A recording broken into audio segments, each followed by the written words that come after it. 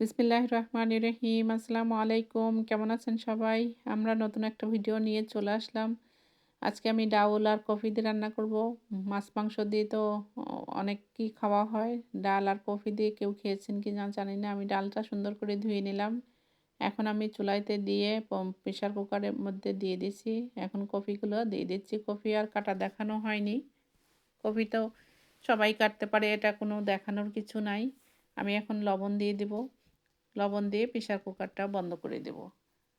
এর মধ্যে আর অন্য কিছু দেওয়ার প্রয়োজন নাই। সিদ্ধ হয়ে গেলে তখন সব কিছু যখন বাগার দিব তখন ঝাল-টাল সব কিছু দেওয়া হবে। আমি সরিষার তেল দিয়ে সবসময় রান্না করার চেষ্টা করি। পেঁয়াজ সরিষার তেল দিয়ে ভেজে নিচ্ছি।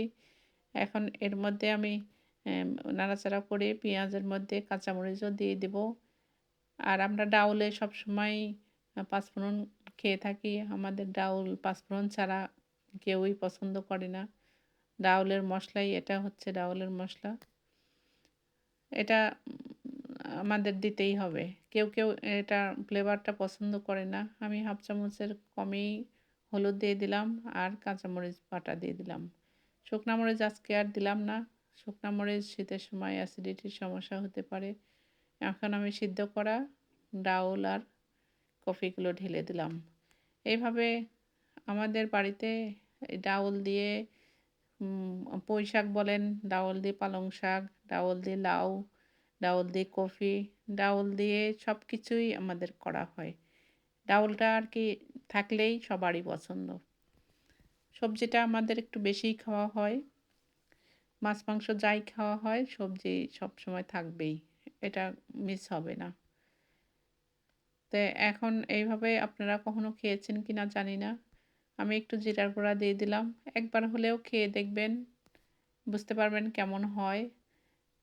এটা মাছ মাংসর একটা টেস্ট আর এই সবজির টেস্ট সম্পূর্ণই আলাদা। দুই জিনিস। এখন তো ডাক্তাররা সবসময় বলে সবজি খাওয়ার জন্য। সবজি নানান রকমভাবে খেলে মুখের রুচিটা চেঞ্জ হয়। একঘেয়েমি একটা জিনিস খেতে ভালো লাগে না। একই সময় একই জিনিস করে সবজি দিয়ে খেলে খুবই মজা হয়। এটা কয়েকটা সবজি মিলে করলেও ভালো লাগে, ডাউল দিয়ে করলেও ভালো লাগে। এটা এক বাটি খেয়ে ফেলবেন, বুঝতেই পারবেন না কিভাবে খাওয়া হয়ে গেল। এইভাবে যদি সবজি রান্না করেন তাহলে খুবই মজা লাগবে। আমরা এভাবে মাঝে মধ্যেই করে থাকি, সবসময় তো আর দেখানো সম্ভব হয় না। ডাউল দিয়ে লাউ রান্না করলেও খুবই টেস্ট হয়। ডাউ আবার যদি ডাউল দিয়ে পালং শাক করা হয় তাও কিন্তু খুব মজা হয়। আমি ১ চামচ ঘি দিয়ে দিলাম ফ্লেভারের জন্য। আপনারা চাইলে দিবেন, না চাইলে না দিবেন।